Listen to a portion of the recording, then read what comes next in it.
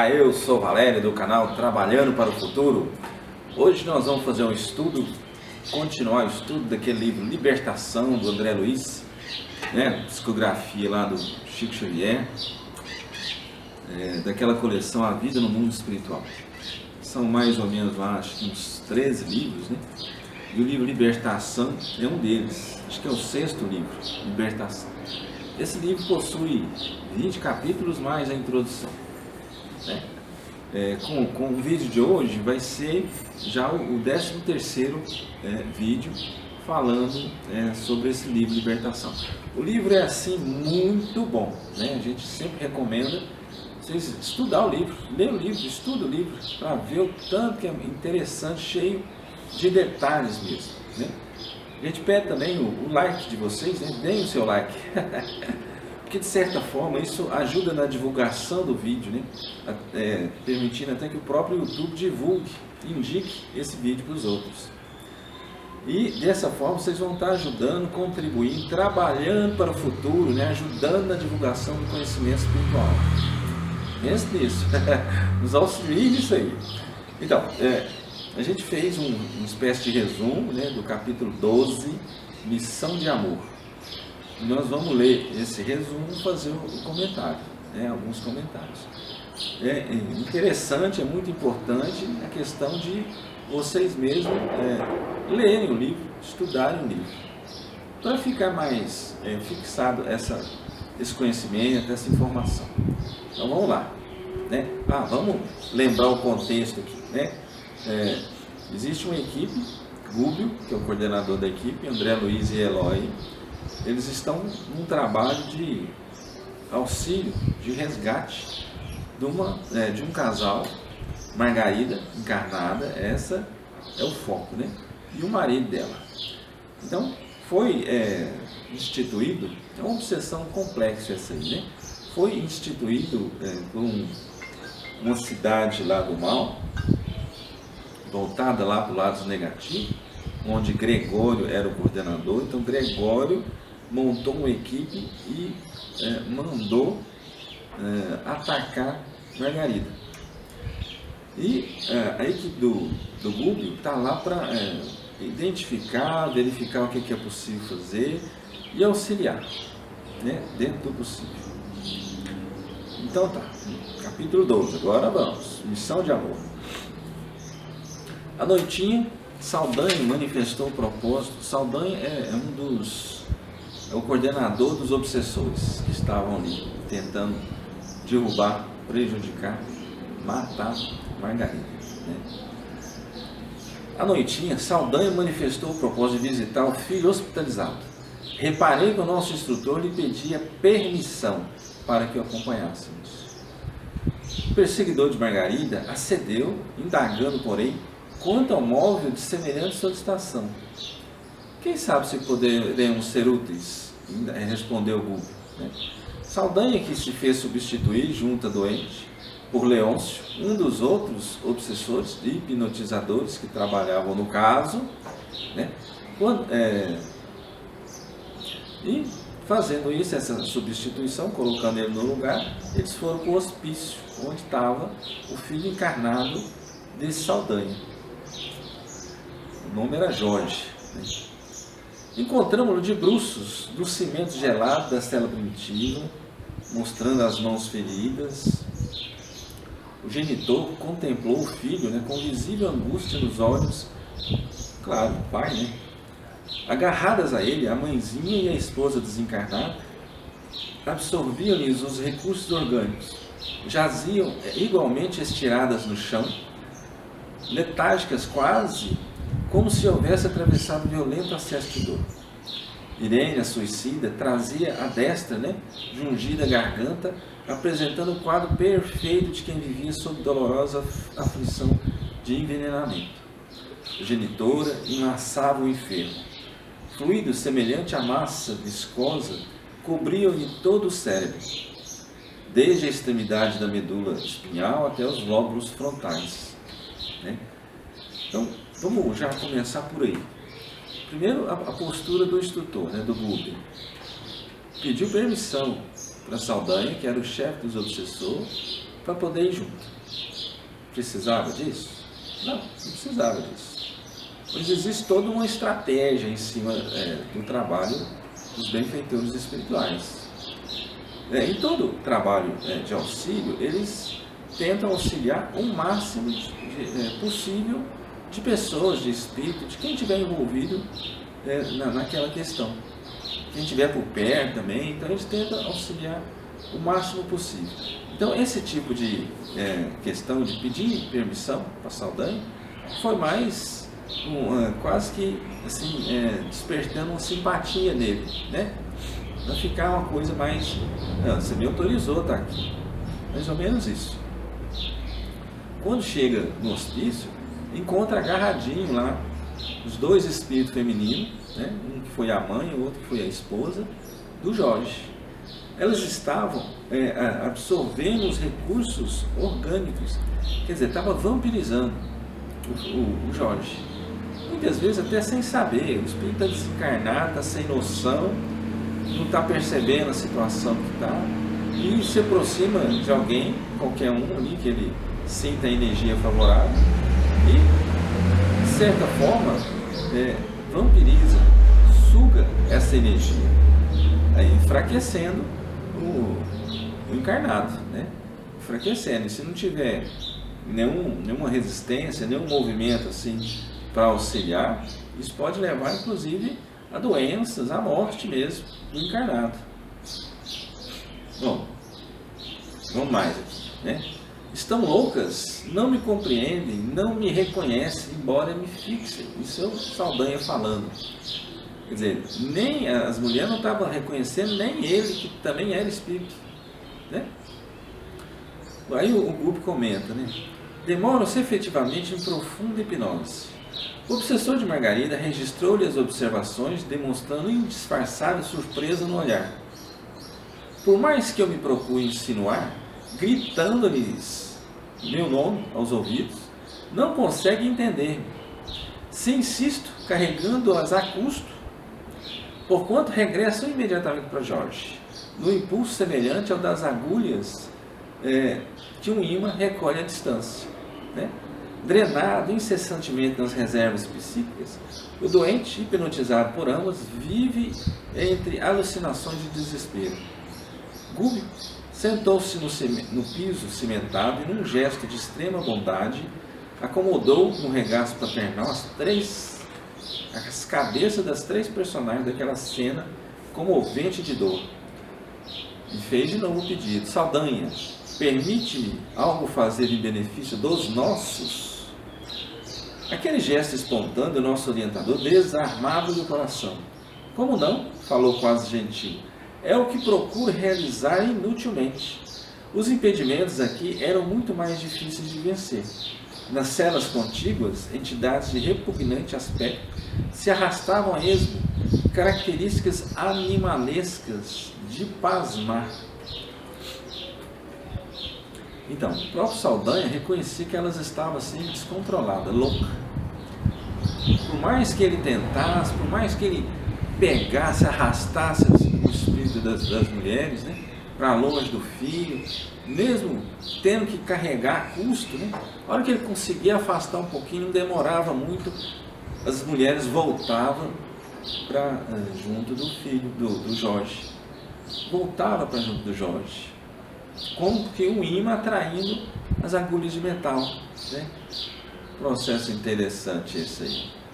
A gente chega a imaginar, visualizar uma outra situação aqui, né? Muitas vezes os espíritos são socorridos na casa espírita, ou em outras religiões, outras instituições que trabalham nesse processo de auxílio aos desencarnados.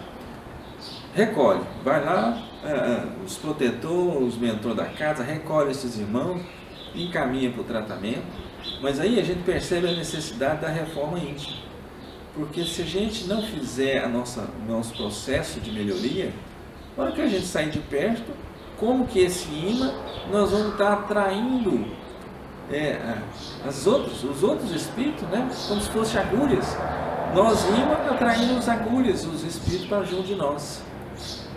Pense nisso. É necessário uma mudança de atitude, de postura, repensar o que a gente considera prioridade, modificar o nosso comportamento. Essa reforma íntima será mais ou menos como se fosse nós, né, com uma ferida. E aí aproxima lá uns mosquitos. Você espanta os mosquitos, mas daqui a pouquinho você não curou, não tratou a ferida, daqui a pouquinho atrai outros mosquitos em cima. É mais ou menos esse processo aí. O nosso atraso, a nossa falta de evolução, os nossos defeitos ficam como que um imã, como que atraindo os espíritos na mesma faixa de vibração para o nosso lado. É necessária a nossa mudança de vibração. A gente tem que melhorar a nossa vibração para atrair os espíritos que estão naquela vibração para o nosso lado. Se a gente mantém a nossa vibração baixa, quem vai estar perto de nós, a nuvem de testemunho que nos envolve é de espíritos sofredor, espírito mau, espírito assim contrário à lei do progresso, contrário à política do cordeiro, né? Então a gente tem que observar isso aí, muito nesse negócio aí. E novamente, Guto tornou a pedir, para quase ir conquistando o Saldanha ali, né? Tornou a pedir, permite-me algo fazer em benefício dos nossos, ou ainda acrescentou dos nossos, né? Porque na verdade não tinha nada assim, nenhuma ligação, mas ele já estava considerando os três espíritos ali como sendo deles, fazendo parte da família espiritual, porque ele estava querendo já ajudar, ele já, no planejamento dele, na visão dele de espírito de luz, num espírito mais evoluído, né, mais esclarecido, sabendo, conhecendo a técnica, tendo conhecimento, ele já sabia como proceder para poder atingir os três espíritos ali e, consequentemente, pegar de tabela o Saldanha, que era o coordenador dos obsessores que estavam atacando Margarida e o esposo. Quer dizer, ele já foi assim, do ponto fraco do Saldanha, né? Auxilia quem ele gosta, toca ele no coração, para que ele depois também se sinta na necessidade de auxiliar, né? É um negócio muito interessante isso aqui. Permite-me fazer algo. E outro detalhe aqui, estava no hospício. Antigamente, né, na época que foi escrito o livro, tinha os hospícios, né? Então, eles identificavam nas celas contíguas, então o trem era de cela, hein? Olha que situação. Nas celas, entidades de repugnante aspecto do lado, características animalescas de pasmar. Os espíritos, eles não regridem, mas a forma perispiritual deles regride. O corpo astral, o perispírito, regride. Lembra dos fenômenos de licantropia, de zoantropia? Licantropia é assumir forma de lobo, mas zoantropia é assumir formas de bicho qualquer, de outros animais, de outros seres, né? O corpo astral, ele tem muitas propriedades. Uma delas é essa plasticidade, né? Essa condição de assumir formas diferentes. Em muitos casos, os espíritos vivem assim em lugares mais tenebrosos, eles se acham mais protegidos até quando adquirem formas animalescas, para já de cara já colocar medo em quem estiver perto. Então eles acham isso como se fosse uma vantagem, um poder a mais, um recurso a mais de soberania, de poder, de intimidação. Eles gostam de ficar nessa situação. E quando você, através da energia mental, dos comandos ali, você consegue fazer ele voltar à forma humana, muitas vezes ele ainda acha ruim você ter estragado o trabalho deles de séculos, da construção daquele corpo. Olha que situação, prefere ficar na forma de bicho, de animal, porque dessa forma eles estão imaginando que vão continuar dominando. Não é bem assim que acontece, né? Mas aí, o André Luiz destaca uma situação aqui. Por que motivo singular não operara nosso orientador no quarto da simpática senhora, né, Margarida, que amava por filho espiritual, para entregar-se ali sem reserva ao trabalho de assistência cristã? Quer dizer, do mesmo jeito que Rúbio estava realizando ali aquele socorro, Ele poderia chegar lá na casa da Margarida e fazer. Só que existe a questão do planejamento, das estratégias. Eles buscam caminhos de tal maneira a poder auxiliar o máximo de espíritos envolvidos, para poder fazer a diferença na evolução desses espíritos. Transformação na mente, abertura de consciência, né?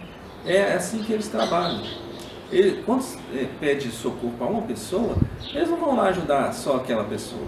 Eles vão ajudar a família inteira, os obsessores, tudo que estiver do lado. Quem eles conseguir o máximo de seres possíveis, que ele conseguir resgatar, encaminhar para o caminho certo, é isso aí que eles vão fazer. Otimizar a sua ação, né? Qualificar. E são espíritos treinados, né? Com conhecimento, qualificados em cima das técnicas. Então eles fazem mesmo. Gúbio, sob olhar comovido, afagava a fonte das 3 entidades sofredoras, parecendo liberar cada uma dos fluidos pesados que as entorpeciam, em profundo abatimento. Meia hora, na evidente operação magnética de estímulo, endereçou novo olhar ao verdugo de Margarida, que lhe analisava os mínimos gestos com redobrada atenção e interrogou: Saldanha, não te agastaria se eu orasse em voz alta? A pergunta obteve os efeitos de um choque. Fez o interpelado, surpreendido. Acreditas em semelhante panaceia? Mas sentindo-se de pronto, a infinita boa vontade aduziu, confundido. Sim, se querem, né? Nosso instrutor valeu-se daquele minuto de simpatia e, alcançando o pensamento ao alto, deprecou humilde. Aí ele começou a fazer a oração. A oração é assim muito bonita. Eu não coloquei ela toda, né? Eu coloquei alguns trechos só da oração, mas perceba a situação, né? Primeiro que Gúbio usou o recurso magnético que ele tem, o poder, a energia que ele tem, para ir tirando como se fosse camadas e camadas de energia negativa dos espíritos ali, das mulheres, até do Jorge encarnado. Foi limpando, tirando aquilo tudo ali. Chega um determinado momento, até para tocar Saldanha também, ele pediu para poder ver se ele podia orar em voz alta. Saldanha, que não estava acostumado com aquilo, ficou espantado, mas ele Gúbio já tinha conseguido muito mais do que ele mesmo, Saldanha, em tempos, ele tentando fazer e nunca tinha obtido nenhum tipo de resultado positivo. Agora Gúbio chega e de cara já consegue auxiliar dessa forma. Então ele falou: não, pode rezar, pode fazer oração. Então vamos ler, né, alguns trechos para a gente ir já comentando aqui, né? Senhor Jesus, nosso divino amigo, há sempre quem peça pelos perseguidos, mas raros se lembram de auxiliar os perseguidores. Pensa nisso aqui. Quando a gente vai pedir, normalmente a gente pede para o obsediado, alguém que, na nossa concepção, na nossa visão estreita, é aquele que está sofrendo, então a gente pede para ele. A gente nunca pede para o obsessor, o benefício daquele que está provocando o sofrimento, provocando pela ignorância, pelos traumas que teve no passado, pelos encontros assim, onde o obsediado hoje maltratava, machucava, torturava, matava o obsessor, né? E por causa disso ele acabou se tornando um obsessor, né? Não existe coitadinho, obsediado, obsessor. Até no próprio canal nosso a gente já colocou lá vídeos o que é o obsessor, o que é obsediado. Depois dá uma olhadinha lá, para vocês entenderem como é que é a situação. Quando você cria um inimigo, você está criando um obsessor. Quando você persegue, destrói, calunia, cria situações, obstáculos, dependendo do tamanho desses obstáculos, você está criando um obsessor que vai te perseguir para outras reencarnações afora. Então cria amigos sim, né? Eles acabam se tornando a sua família espiritual. E na hora da necessidade, esses amigos que vão te ajudar, viu, gente? Deus não vai aparecer para você para te auxiliar. Ele auxilia os outros através dos outros. Auxilia o ser humano através do ser humano. Bom, há quem peça pelos perseguidos, mas raros se lembram de auxiliar os perseguidores. Em toda parte ouvimos rogativas em benefício dos que obedecem. Entretanto, é difícil surpreendermos uma súplica em favor dos que administram, né? Isso serve para a gente dar uma pensada até na situação assim, das nossas orações. Como é que funciona isso aqui, né? Raríssimos corações imploram o concurso divino para os fortes, a fim de que sejam bem conduzidos. Conheces aquele que fere e aquele que é ferido. Amparas na hora justa os que causam a cegueira, a enfermidade, o desânimo. Se salvas em verdade as vítimas do mal, buscas igualmente os pecadores, os infiéis e os injustos. Se tu, mestre imaculado, assim procedeste na terra, por quem somos nós, espíritos endividados, para amaldiçoar-nos uns aos outros? A gente não fala que a gente é cristão? Para a gente ser cristão, a gente tem que seguir os ensinamentos de Jesus, né? Jesus tinha essa situação aqui. Ele ensinou muito bem a questão do amar a Deus, amar ao próximo, perdoar 70 vezes 7 vezes, e de auxiliar de uma forma bem geral mesmo, bem ecumênica. Né? Por que razão nós outros, míseros vermes do lodo, ante uma estrela celeste, quando comparados contigo, recearíamos estender dadivosas mãos aos que nos não entendem ainda? Está comparando aqui Jesus com a nossa ação, né? Com a nossa atitude. Se Jesus é o nosso modelo, por que a gente não segue ele? É uma situação que a gente tem que pensar aí. Eloy e eu tínhamos os olhos turvos de lágrimas, tanto quanto Saldanha, que recuara aterrado para um dos ângulos escuros da cela triste. Gúbio transformara-se gradualmente. As vibrações vigorosas daquela súplica que arrancara ao próprio coração expulsaram as partículas obscuras de que se havia tocado. Quando penetrávamos a colônia penal em que conhecéramos Gregório, né? Lembra disso? Quando eles chegaram na colônia onde Gregório era o chefe, eles de certa forma absorveram energias mais pesadas para eles ficarem semelhantes aos seres que viviam aqui naquela cidade, para esses seres poderem enxergar. Então juntou assim como que elementos materiais, trevas no seu corpo astral. E agora, com a oração, estava tirando todas essas trevas do seu caminho e fazendo brilhar. Estava brilhando, né? Brilhando. Parecia ocultar desconhecido lampadar no peito e na fronte. No peito e na fronte. Que despendiam raios luminosos de intenso azul, ao mesmo tempo que formoso fio de claridade incompreensível ligava com o alto. É para eles, Senhor, para os que repousam aqui em densas sombras, que te suplicamos a bênção. Desata-os, Mestre da caridade e da compaixão. Liberta-os para que se equilibre e se reconheçam. Nesse ponto, o orientador interrompeu-se. Intensos jatos de luz projetavam-se em torno dele, atirado por mãos invisíveis aos nossos olhos. Gúbio aplicou passes magnéticos em cada um dos 3 infelizes e em seguida falou ao rapaz encarnado: Jorge, levanta-te, estás livre para o necessário reajustamento. Interpelado, arregalou os órgãos visuais, parecendo acordar do pesadelo angustioso. Quer dizer, com a oração, ele começou a produzir luz, produzir energia, a energia vinha, a hora que fala aqui que intensos jatos, né, de luz projetavam em torno dele aqui.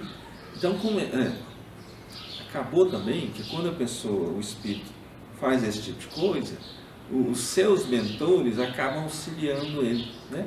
Então, Gúbio também tinha os mentores, aqueles que encarregaram ele da tarefa e que nesse momento de súplica também estavam auxiliando ali, despejando energia para que fizesse a diferença naquela situação. E fizeram a diferença, né? No impulso maquinal, obedeceu a ordem recebida, erguendo-se com absoluto controle do raciocínio. A interferência do benfeitor quebrara os elos que o prendiam às parentas desencarnadas, liberando a economia psíquica, né? A interferência do benfeitor. Então, muitas vezes isso pode acontecer, né? Tá lá o paciente com alguma enfermidade, algum problema sério, outros interferem. Pelo mérito desses outros, acaba auxiliando o próprio paciente, né? A própria pessoa que está ali, o consulente, que está pedindo ajuda. Foi o que aconteceu aqui. Saldanha não tinha mérito, Jorge não tinha, nem a mãe, nem a esposa, mas Gúbio tinha. E interferiu, e por causa da sua interferência, do seu bônus horas, do seu merecimento, da sua evolução, da sua energia conquistada, né, de todos aqueles talentos conquistados, ocorreu a melhoria, o desligamento, a ponto de falar por Jorge, né, levanta, e ele levantou. Lembra até aquela cena lá de Jesus, quando fala do cara que, na maca, levanta, pega a tua cama e vai. E o cara que estava paralisado, paralítico ali, sendo carregado pelos colegas, parentes, né, pedindo ajuda, levantou, pegou a cama dele e foi. Então, olha que situação, né? No impulso maquinal, obedeceu à ordem recebida, erguendo-se com absoluto controle do raciocínio. A interferência do benfeitor quebrara-lhe os elos que o prendiam às parentes desencarnadas, libertando-lhes a economia psíquica. Saldanha gritou em lágrimas. Saldanha era o pai, né, gente? Gritou em lágrimas. Meu filho, meu filho. O algoz de Margarida aproximou-se do nosso dirigente com as maneiras de uma criança humilhada que reconhece a superioridade do mestre. Mas antes que pudesse tomar-lhe as mãos para beijá-las, talvez, pediu-lhe Gúbio sem afetação. Saldanha, calma-te. Nossas amigas despertarão agora. Afagou a cabeça de Iracema e a infortunada mãe de Jorge voltou a si gemendo. Onde estou? Quer dizer, ele foi acordando, eram 3 espíritos grudadinhos uns nos outros ali, né? A influência magnética muito apertadinha. Um era o Jorge, foi o primeiro a ser retirado, né? Quebrar os laços, as ligações energéticas, magnéticas, quebrou e já deixou ele assim meio que senhor de si, que até então ele estava totalmente hipnotizado, dominado, né? E em seguida acorda lá a senhora, a Iracema, né? A mãe do Jorge, acordou ela aqui. Reparando a presença do marido ao lado, socorre-me, onde está nosso filho, o obsessor da doente, da Margarida? Derramava agora abundantes lágrimas e buscava o olhar de Gúbio instintivamente, rogando-lhe sem palavras, medidas salvacionistas. Que cela imunda é esta? Será verdade que já atravessamos o túmulo? Temo o demônio, ó Deus meu, salva-me, salva-me. Ela perguntou a Saldanha por que emudecera, faltando-lhe a palavra amorosa e confiante de outro tempo, ao que o verdugo de Margarida respondeu significativamente: Iracema, eu ainda não aprendi a ser útil, não sei confortar ninguém. A sofredora mãe, então desperta, passou a interessar-se pelo companheiro de infortúnio, que parecia que fazia a mão direita movimentar-se sobre a garganta, crendo a custo tratar-se da nora, que se fizera irreconhecível. Apelou aflita: pois é, vamos. A pessoa está desencarnada, mas ainda não percebeu que morreu. Não estava nem reconhecendo. A situação de hipnose era tão grande, de confusão mental era tão grande, que não reconhecia nem que estava ligado ao filho, ligado à nora, ligado ali, passando o tempo, passando, e eles não percebiam essa realidade, né? E essa constatação aqui do Saldanha, né? Eu ainda não aprendi a ser útil. Não sei confortar ninguém. Porque ele ficou treinando muito tempo em prejudicar, em fazer maldade, esqueceu desse outro lado aí, né? Nosso orientador, vigilante, segurou-lhe ambas as mãos e com a destra, e com a mão esquerda ministrou-lhe recursos magnéticos balsâmicos sobre a glote e, sobretudo, ao longo das papilas gustativas, acalmando-a de alguma sorte. Embora despertada, a suicida não mostrava relativa consciência de si mesma. Não guardava a menor ideia de que seu corpo físico se desfizera no túmulo. Jorge, ainda bem que o veneno não me matou. Assassinarei o juiz que te condenou a tão cruéis padecimentos. Observando que o esposo não reagia, implorou: ouve-me, atende-me. Onde dormi tanto tempo? Cadê a nossa filha? Onde está? Foi ainda Bulbo quem se aberou de Irene lucidando. Aquieta-te, minha filha. Sossegar-me eu? Não posso. Cavalheiro, por quem és? Reconduza-me ao lar. Por minha vez, sinto a garganta carcomida de veneno mortal. Quero minha filha e um médico. Filha, as portas de tua casa no mundo cerraram-se para tua alma, com os olhos do corpo que perdeste. Teu esposo jaz liberado dos compromissos do matrimônio carnal, e tua filha, desde muito, foi recolhida em outro lar.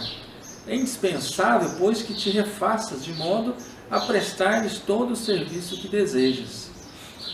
Então, despertou Irene, a esposa. A esposa não sabia que já tinha morrido, achava até que estava viva. Ainda bem que o veneno não me matou, ela disse aqui, só que o veneno já tinha matado ela. Ela já estava sentindo no corpo astral os efeitos. Quer dizer, a pessoa que escolhe essa falta de caminho, que é o suicídio, imaginando que tal atitude vai diminuir o seu sofrimento, está redondamente enganado. Redondamente enganado. Então, numa escala aí de 0 a 10, se ele acha que já está assim no topo, no 10 ali de sofrimento, de dor, se ele escolhe essa falta de caminho, que é o suicídio, aí sim que o sofrimento dele vai extrapolar em muito essa escala, vai lá para 1 milhão afora, assim, muito diferente. O cara vai andando, o espírito que suicidou, vai andando, de repente ele sente novamente o efeito, que nem o caso da Irene que tomou veneno, então vai sentir de novo aquele trem queimando, como se estivesse pegando fogo mesmo, derretendo os órgãos. Passa mais um pouquinho, alguns minutos para frente, aí vem de novo a dor, o sofrimento. Então, enquanto a gente está aqui encarnado, você está com dificuldade, problema, você pode dar uma saidinha, você pode tomar um banho frio, você pode passear, fazer alguma coisa que te distraia, pensar em outras coisas, buscar outros objetivos, melhorar a sua frequência de alguma forma. Mas uma vez desencarnado, aí a situação ficou muito difícil. A situação complica muitas vezes. Então aí que entra também a importância do conhecimento espiritual. Porque se a pessoa sabe que o espírito não morre, que tudo que a gente faz tem consequência, você planta, você vai colher aquilo que você plantou. Então se você faz um negócio desse, é uma situação muito difícil. De certa forma, um egoísmo grande, porque não pensa em quem vai ficar para trás. Igual eles aqui, tinha uma filha que ficou meio que desamparada, poderia ter ficado ali para ajudar a filha nas dificuldades, mas preferiu de forma egoísta ali, devido ao sofrimento, à dor. Não é julgando nada, não, cada um faz o que quiser e arca com as consequências dos seus atos, mas tem que lembrar dessa questão dos que estão em volta, da tremenda catástrofe que vai acontecer com os que estão em volta, dependendo da energia da pessoa, verdadeiro tsunami que vai vir varrendo tudo, e se os caras não tiverem uma firmeza em Deus ali, derruba, Então, risca essa opção da listinha de soluções, porque isso realmente não é solução nenhuma, não é, de jeito nenhum. Filhas, e a outra situação que o Bulbo fala aqui, seu esposo está liberado dos compromissos do matrimônio carnal, vai desencarnou, gente, um ficou, o outro foi. Quem foi já está no mundo espiritual, já é outra realidade, vai ter que se adaptar àquela nova realidade, né? E quem ficou também vai ter que se adaptar à nova realidade.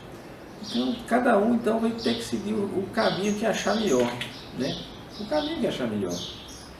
E arcar com as consequências das suas escolhas. A gente tem condição de escolher até certo ponto, né? Em cima do que a gente foi construindo ao longo das reencarnações. A gente tem essa condição. Mas é sempre bom lembrar que a gente vai arcar com essas consequências. Você escolhe o seu caminho e arca com as consequências. Normal, né? Então a culpa não é de Deus, de Jesus, do governo, de não sei o quê. A responsabilidade é nossa. Nós é que construímos, tijolinho por tijolinho, o nosso céu, o nosso inferno, onde a gente vive agora. Nem não é só depois quando desencarnar, não é a nossa realidade física aqui mesmo, né? Já. Você vai construindo com as suas atitudes, seu comportamento, ali, tijolinho por tijolinho, em momentos agradáveis, o seu céu particular ou o seu inferno particular. A responsabilidade é nossa. Então que a gente fique atento a isso aí. Então, morri? A Irene pergunta, né? A morte é uma tragédia pior que a vida? Clamou desesperada. A morte é simples mudança de veste, elucidou Gu, sereno. Somos o que somos. Depois do sepulcro não encontramos senão, olha aí, o paraíso ou o inferno criado por nós mesmos. Olha ele falando aqui também. Por que atiraste fora o remédio salvador, esfacelando o vaso sagrado que o continha?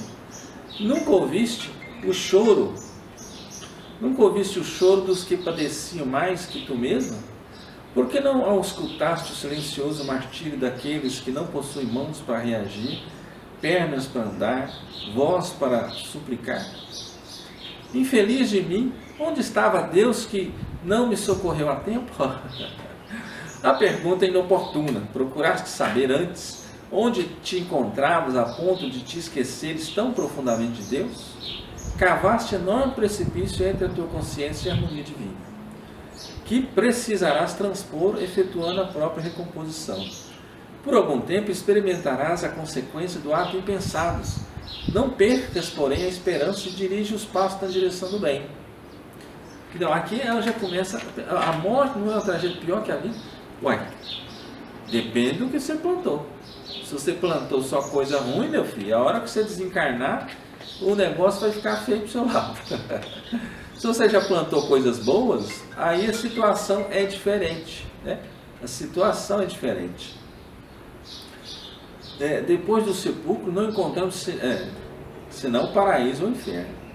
E a perguntinha que ela faz, né? Onde estava Deus que não me socorreu a tempo? Gente, Deus dá todas as possibilidades, todos os talentos, tudo possível para que a gente melhore, evolua. Só que depende da gente, né? Depende da gente. E Google ainda cutuca aqui, né? Onde te encontras a ponto de esquecer tão profundamente de Deus? O espírito morre. Achar que vai tirar a vida e que o sofrimento vai acabar, que a pessoa vai deixar de existir, isso não acontece. Isso não acontece. Muitos espíritos de pessoas suicidas, quando manifestam nos trabalhos mediúnicos, eles ainda estão sentindo as dores, o desconforto, ainda está no descontrole, na confusão mental, e vivo, e pensando, e sentindo, né? E até assim, muitas vezes até arrependido, porque a dor está lá, o sofrimento está lá, ao invés de resolver a questão, piorou, né? Então, com esse tipo de atitude, de manifestação, os espíritos, muitas vezes, tem pessoas que ainda até hoje falam assim, mas fulano, por que você acredita nesse tipo de coisa?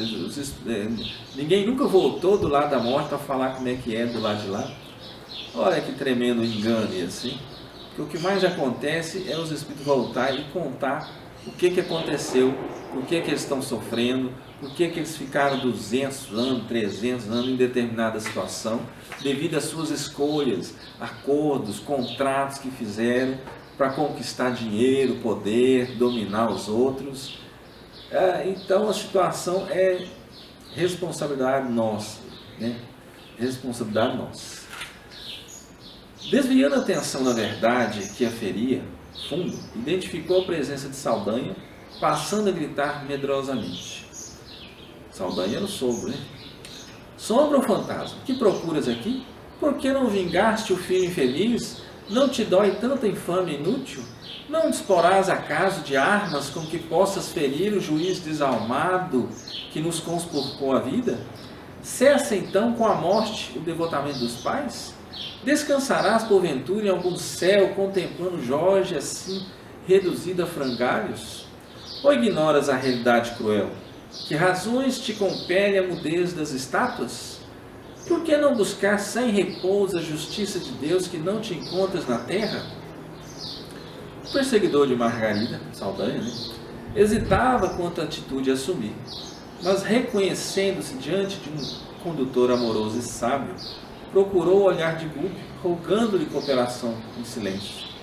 E o nosso instrutor tomou por ele a palavra. Irene, a certeza da vida dolorosa acima da morte não te infunde respeito ao coração?